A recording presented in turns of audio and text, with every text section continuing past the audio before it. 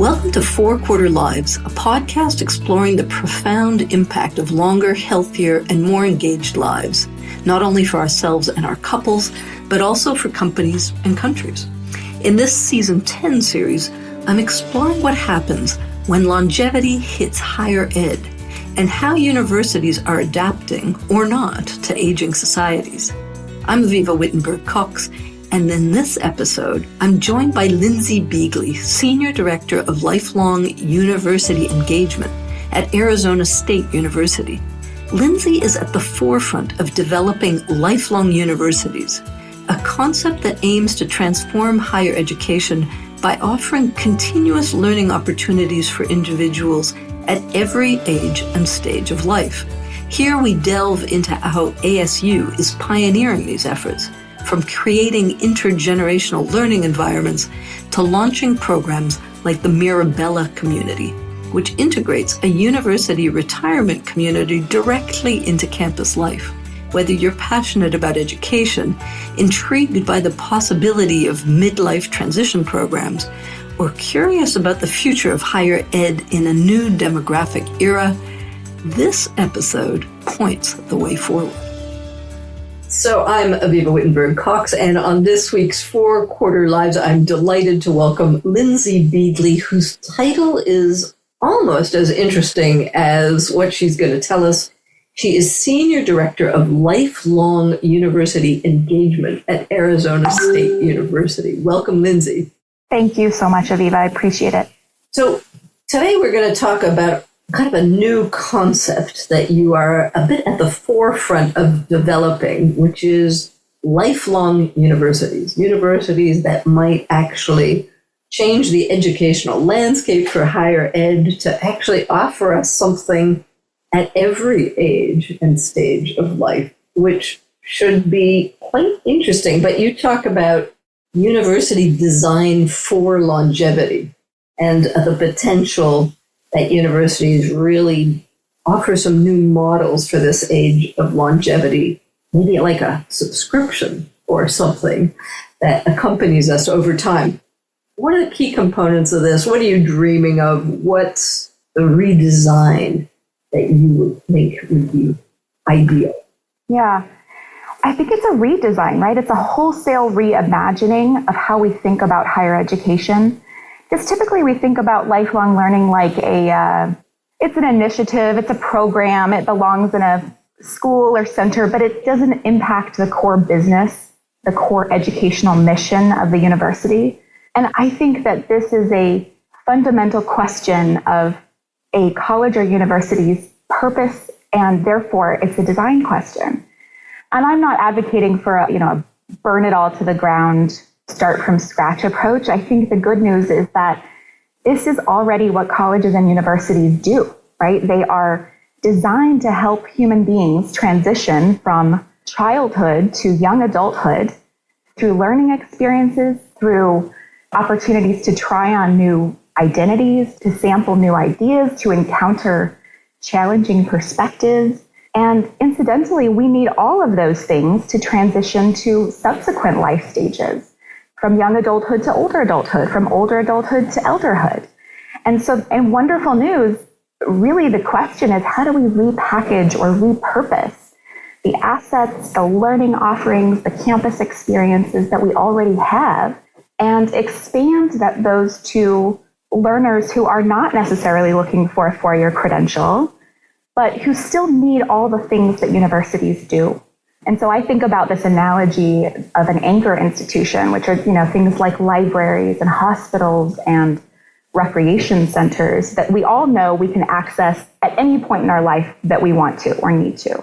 And you might go through periods where you go to the library more often than other periods. I'm a mother of small children, so I find myself at the library all the time trying to teach them how to use a book and how to turn the pages and how to find a book. So I think about this like a college and university can become a hub for learning across the life course where you know that you can return to that hub as you need to retool and repurpose to adapt to things happening in your personal life, things happening in your professional life, things happening in the world.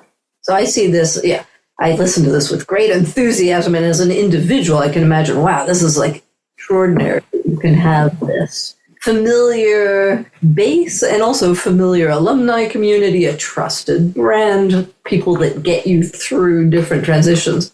I also see it as just an enormous opportunity commercially for universities who are sitting on a sort of shrinking demographic of young people to expand their consumer base and multiply it and get a loyal, repetitive client base that is a very different economic model than what we're currently sitting on, which is kind of one jab and you're done. That's right. We think about college as, this very narrow slice of life where you have one shot at getting all the knowledge you need, which is ridiculous. If we're looking at 100-year lives, we're also looking at nearly 60-year working lives. And, a 4-year degree isn't going to cut it for a 60-year working life where industries are rapidly changing and we're all having to we all have to identify as lifelong learners. We all have to think about how will I continue to retool and upskill and reskill, keep learning and unlearning and relearning, right? That has to be part of our identity in this environment.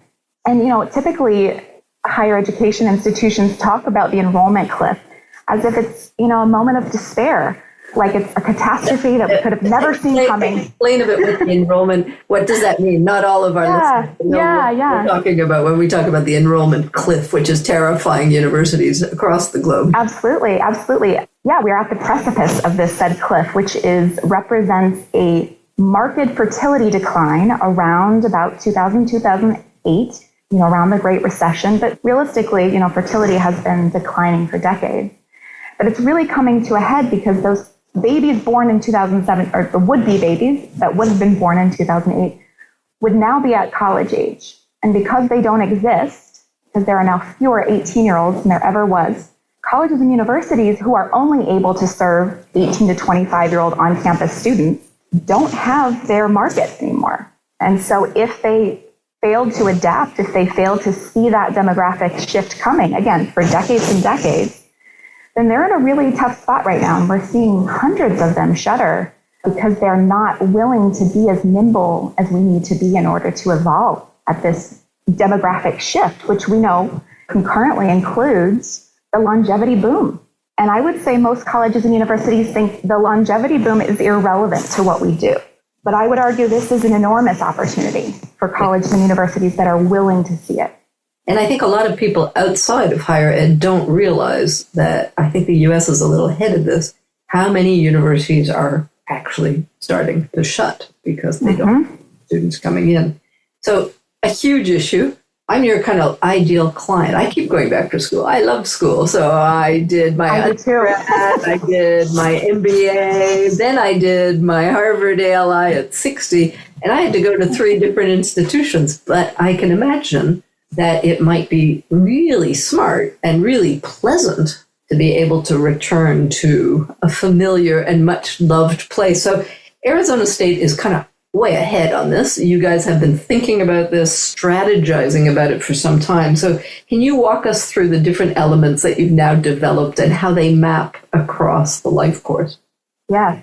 So about 5 years ago, President Michael Crow, who's been the president of Arizona State University for the last 20 years, installed what is called the Learning Enterprise, which is a division of the university that cuts across every single academic unit, every single administrative unit. And I say this because I think, again, sometimes we think this is the work of a single center, a single college, it's just a program. But this was intended to be disruptive of the university design. And the role of this division is to unbundle, if you will, what the university does and carve pathways for learners who are not looking for a 4-year credential, but want pieces of that, right? They want pieces of those experiences or parts of that degree program.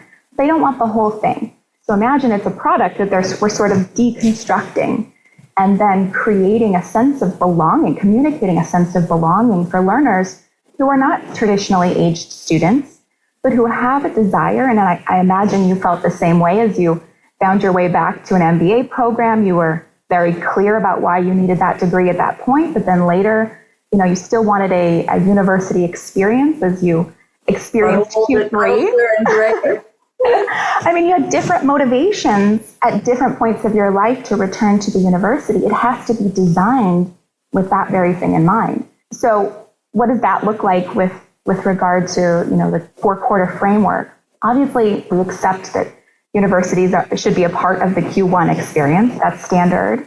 And I think there's a growing appetite for universities being a part of the Q2 experience. We have at ASU, we have 400 career catalyst courses that are responsible for providing certificate programs, micro-credentials for people who need to upskill and reskill in high-growth industries. But Q3 and Q4, that's the next frontier, right? Yep. Q3 is an enormous number of people are entering into Q3. And so we're starting to see colleges and universities develop programs that are experimenting with what does this population want? What do they need? And we're starting to learn what is the messaging? What is the experience? What are the pathways? What systems do we need to support this kind of learning? So I feel a bit like I'm singing to the choir here talking about midlife programs, but that's one that's starting to really take root and get some traction. And we're seeing about maybe 24 universities across the United States that have or are starting a midlife transition program. ASU is piloting our Distinguished Innovation Fellowship in the fall. But this is kind of your wheelhouse. Yep, this is your lived experience. Is there anything you want to share about what the midlife transition program was at ALI at Harvard? Well, I think that was a fantastic piece of these midlife transition programs is they recognize midlife. They put a name on it or not. I call it Q3, which is a useful moniker. I think it's a little more popular than midlife. But I think to find the people who are hungry to keep learning and growing and to put them together in a space for a time where they have access again to so many new ideas in a community of like-minded people, which basically just normalizes the extraordinary kind of restlessness, turbulence, boredom, or burnout that a lot of people bump up against to their great chagrin at this time of life. And because we don't have yet that many role models of people navigating this time, it's still a bit new and not enough people have heard about these things. So the more universities help to institutionalize the phase and its requirements, I think the better. And the better we'll be able to leverage the potential of older humans with experience, knowledge, networks, wisdom, hopefully, which right now I think we're throwing out on the junk heap. Truly missing that these are people we want on campuses, right? And I think you said it, an important piece of a program like this isn't, this is a program, this is an afterthought, this isn't part of what we do. No, it's let's invite these people to embed themselves in the campus environment. Yeah. These are people we can't afford to not have interact with our students.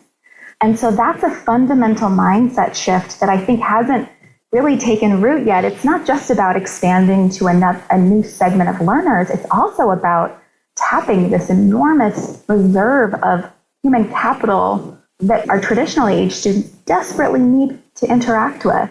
And once you figure out what the systems are that support a midlife transition program, then you can use those same systems to start to reach out to other segments that maybe in Q4, right?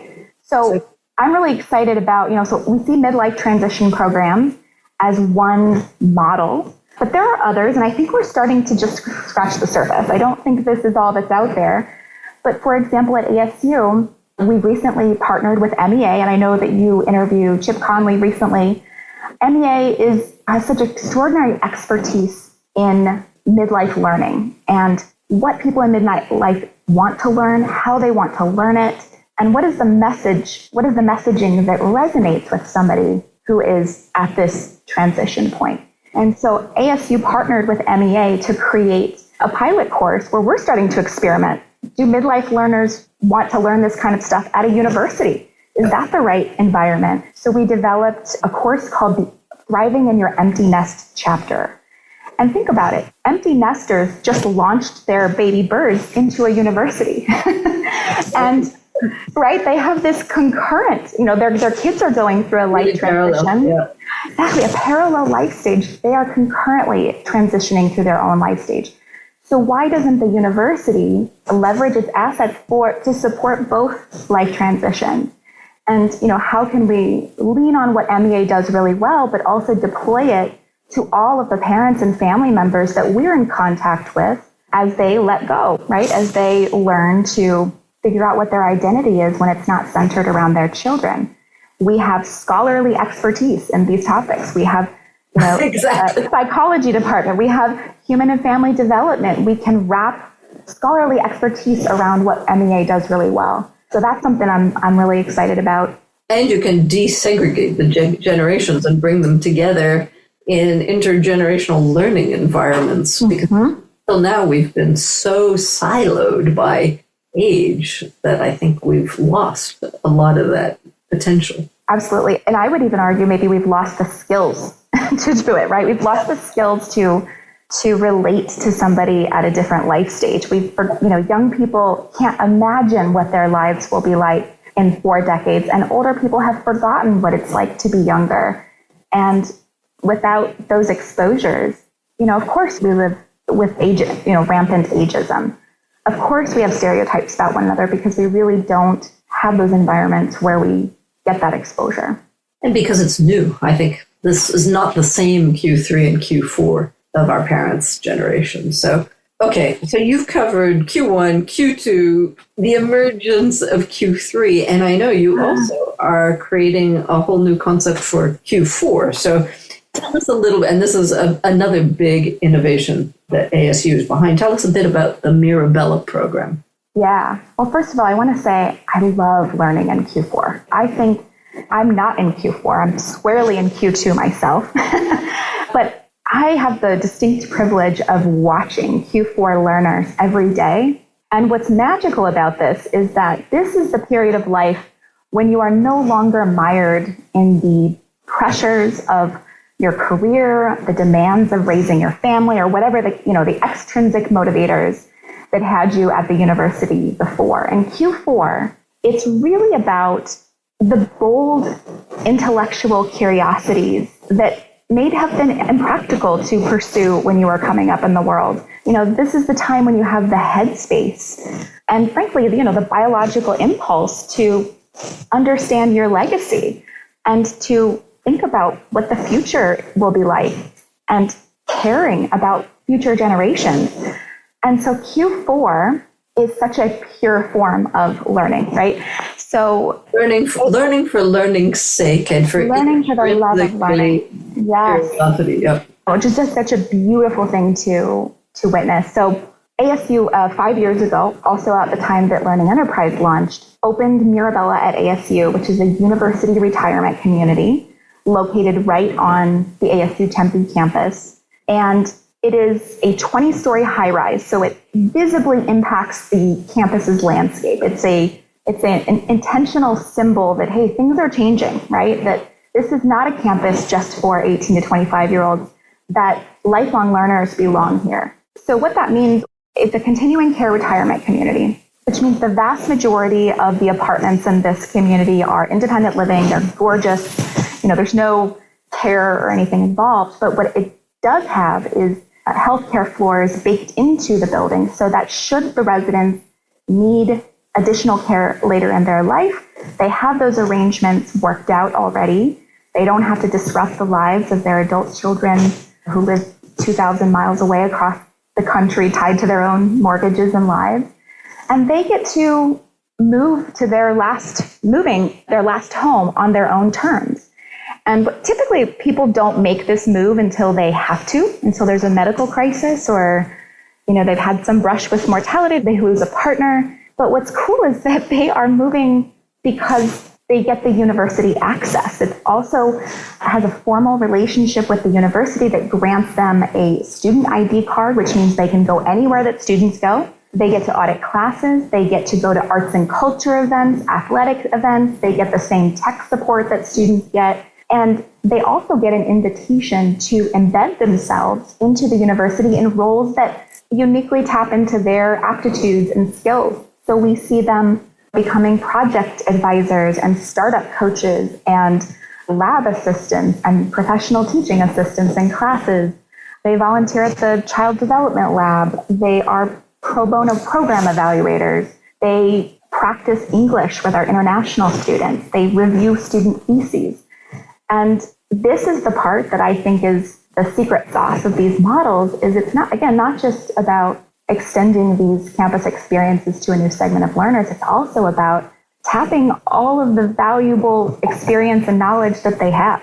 It's kind of like a parallel. The personal parallel is the growth in intergenerational living in a home. And you guys are translating that into intergenerational living on campus for everyone and learning for everyone at every age. And these now older people can go back to being students again. It's very beautifully cyclical. I mean, it sounds like completely ideal. So you've been at this for 5 years. How old can I sign up? How old do you have to be to get in? Is there a minimum, maximum age that people are, and what is it that they're buying? They're buying an apartment, a subscription, how does it work, and how many people are currently on campus in this Mirabella building of 20? I love the 20-story, very visible mark on the campus. Yeah, we actually get some students coming into the sales office to inquire about renting an apartment. But incidentally, we actually have 4 doctoral level music students that live in the building, and in exchange for room and board, they do all of our musical programming. So we have the sort of cream of the crop music performers who are in our community eating dinner, playing pickleball with them, right? Like, they live here. And so it really is an intergenerational community. But to your question, yes, there's a minimum age. There's a partnership. At least one person has to be at least 62. At this point, I think we're about 80% occupied. And when we're completely full, we'll have about 450 residents, 450 individuals. So these are, all of these kinds of life plan communities typically operate off of an entry fee model, which means that you pay a lump sum to reserve the right. You reserve the unit until you no longer do, at which point about 80 to 90% goes back to your estate. And then there's a monthly fee that covers all of your dining, all of your transportation, healthcare, housekeeping, utilities, all of what would otherwise be your monthly expenses. And that's pretty typical for these models. And included in all that is the whole university program as well. That's right. Yeah, fantastic. So how common are these? So we're calling this, or we hear them called URCs, I guess. Yeah. Being referred to. How common is this now? How many of them are kind of around the country? Any idea? Yeah. There's about, I've heard, between 75 and 100 universities that claim some kind of affiliation with the university. But what we're starting to realize is there are different models. There are different, let's say, levels of strength, of partnership strength with the university that are really important to distinguish. So if you're a consumer, if you're a prospective resident, you want to understand what you're getting when you buy into a community like this. You want to know, am I able to take classes, or am I still an outsider? Am I still considered part of the community, part of the outside community? So university retirement community is the generic term, and there is now a certification process. And if you have this sort of really deep level of partnership with the university, you can achieve a university-based retirement community certification. And that's really important for them to understand, because there are some communities that are 25 miles off campus and still claiming a relationship with the community, which obviously it isn't the dynamic we're trying to create. We really want to eliminate. You want more than just leafy green visions of students running around at 2 miles off your apartment. We want students in the building. We want them to create chamber ensembles with residents. We want them to have their student clubs. In fact, one of the medical humanities chapter student club meets here every Saturday. You know, we want students in the building. We want faculty in the building. We want residents on campus. We want them walking their dogs and getting coffee and running into a classmate and having impromptu, organic conversations. That's where the real empathy building takes place. That's where ageism and our presumptions about one another melt away. So I think this is critical. Totally brilliant and has just an enormous potential future.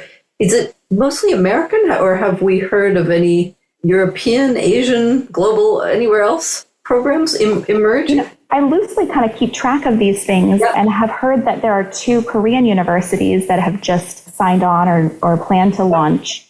And that makes sense, right? I think a lot of the Asian countries are starting to try to figure out what do they do. Yes, what do we do with all of our older adults? And the nuclear multi-generational family unit has broken apart, and now they have to really think differently about where they anchor their elders. And obviously they're living wonderfully long lives, and their universities are places that can be re-envisioned. Yep, fantastic. Okay, I'm going to hunt around Europe for where I'm going to move to next. I would love a system like that. I'm going to look for my nearest URC after. Yes, Let me just pause, but before I ask how we're going to learn and scale all this to, how did you get here, Lindsey? Tell me a little bit about your background. You're a fount of this innovation and these ideas, and you mentioned 3 aha moments that led you to champion longevity in education. Can you share a little bit what they were and what you learned?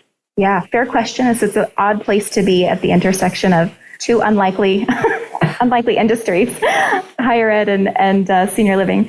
Well, I guess I can. That's where all the best innovation comes, from the fusion of unexpected elements, right? And I think that's right. End product is more than the sum of its parts, right? That this isn't just a senior living community that happens to be on a college campus. This is altogether different thing. So back to your question, I think it started. If I think back to where this interest of mine started, it was in Peace Corps. I served in Honduras, which is a beautiful country in Central America, for 2 years. And one of the things, this is a country that has been battered by incessant socio-political strife, corruption, environmental catastrophes. And yet what I observed living and working there was that the communities were strong, that the people were deeply resilient. And what I attributed to their resilience was that they had these mechanisms for interdependence at the family level, at the community level. They knew how to lean on one another at various stages of life. So you see these multi-generational family units where abuelita has this valued essential role in the home. She cares for the children, she cooks, she helps clean, she passes along traditions, she passes along skills. Children feel a sense of belonging. They know where they come from. They are watched and supervised. Meanwhile, adult children are earning the income for the entire household. I mean, this is an ancient practice. I don't mean to suggest this is, but it was new to me, and I returned to the United States in my home state of Arizona, which is, by the way, the birthplace of the age-segregated community, right, of Sun City. And I looked around and looked at my own family and realized not only do we not have this at the structural level, we designed it out on purpose. We designed out our most experienced community members, and they're 20 miles outside of the urban center. And this is kind of the model of, our listeners might not know what Sun City is, but it's one of the biggest American retirement communities, sort of 55 plus that you're describing. And it's just huge and massive and only older people. That's right. In the 60s, we glamorized this idea of if everyone is old, no one is old, right? And it's just a leisure-centered lifestyle. But because we're, living longer, nobody wants to be in leisure for 30 years. That takes the joy out of it, right? So not only have we shot ourselves in the foot in terms of our society's ability to access wisdom, but they're not happy either.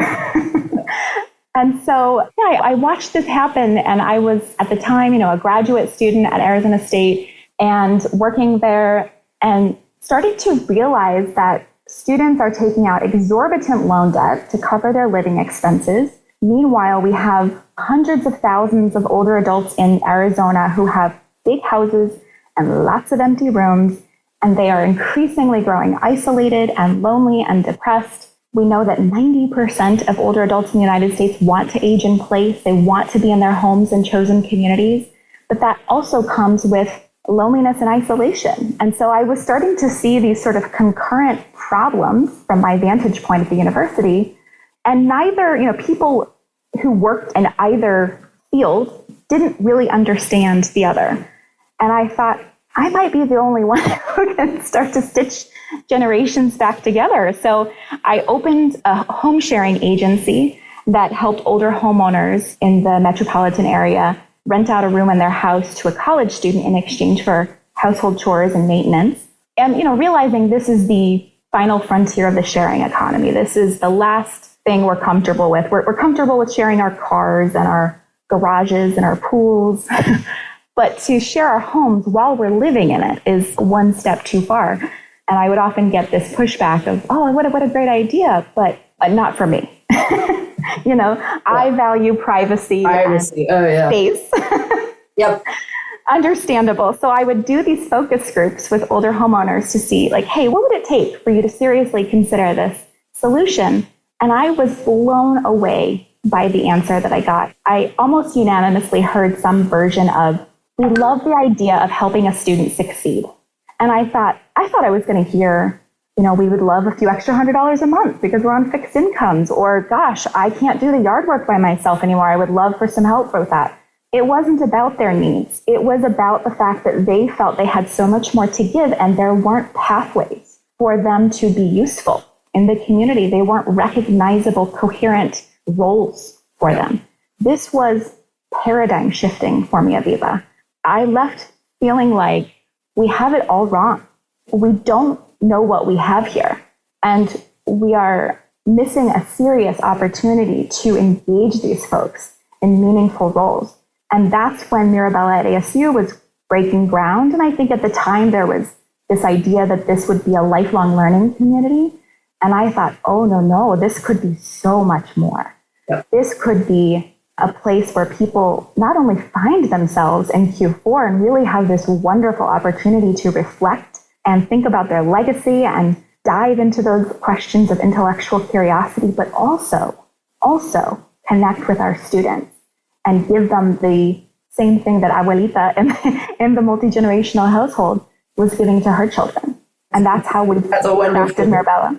Wonderful. It's just a wonderful story of awakening from abroad as a young person and then connecting dots and coming full circle back to this idea of the intergenerational family of sorts that you're now creating in Arizona. So travel will do that to you. Travel is a great education. Travel might have to be part of this Q4 program. You are right. So before we get on to globalizing this, actually, that is my next question. How do we scale, replicate, make affordable? Give us an idea a little bit about what are the prices we're talking about and some of the challenges and lessons learned in the first 5 years of this basically pilot. I think you're still calling this a pilot and considering a pilot. So what do you think the timeframes are that we're looking at to this more widely available and easily accessible? It is still sort of in its grand experiment phase. I mean, these have been around in some version for almost 20 years, but really convincing institutions of higher education that this is a net benefit for their core educational mission feels like the next step. And so I want to communicate that these are not distractions. These represent proof of concept that colleges and universities can begin to adopt a longevity lens in their growth strategy. And in fact, you've said before, if you don't have a longevity strategy, you don't have a growth strategy. And I think that is ever more true for higher education that is staring down the barrel of the enrollment cliff. This is this is a strategy that should reach across the entire institution, not this sort of, if we have time, if we have resources. So, university retirement communities are not a solution for every university by any means.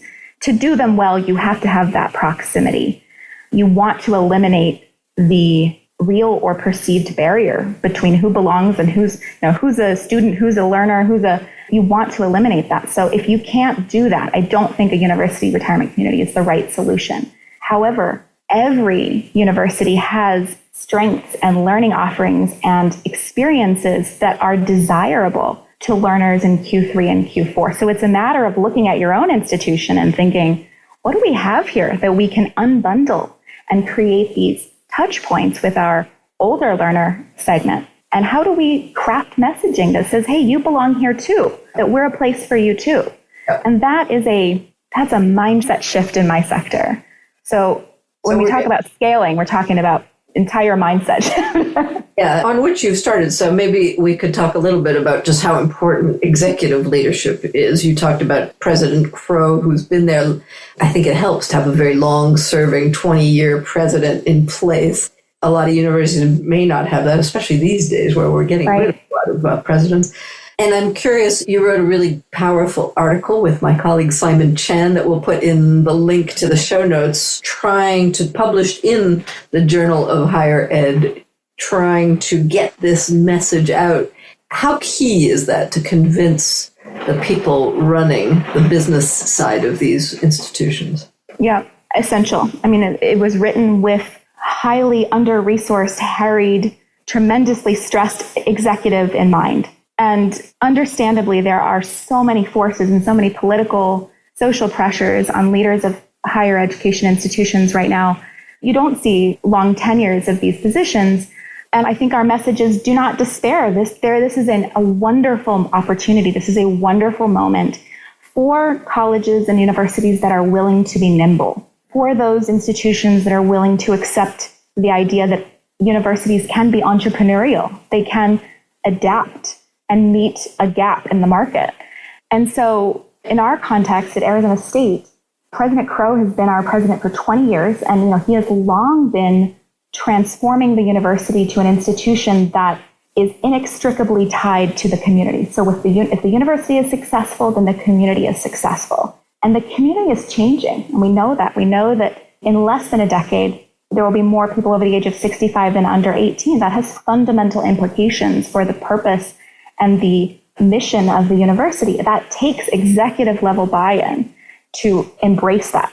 And so installing the learning enterprise in our context is a shift away from the status quo towards a willingness to embrace some messiness and some tension around how do we do both? How do we continue to offer credentials, four-year credentials? We will always need those. We will always need to be accredited, but also we have so many things that the public needs and wants. So I would say his rhetoric that is so powerful to me is we have to become a university that graduates master learners, not just people who have an expertise in, engineering or business or whatever, but these are graduates who know how to learn, because that is the in-demand 21st century skill. That is what they will have to expect to do at every stage of their life. And that to me is a fundamental question of purpose and mission.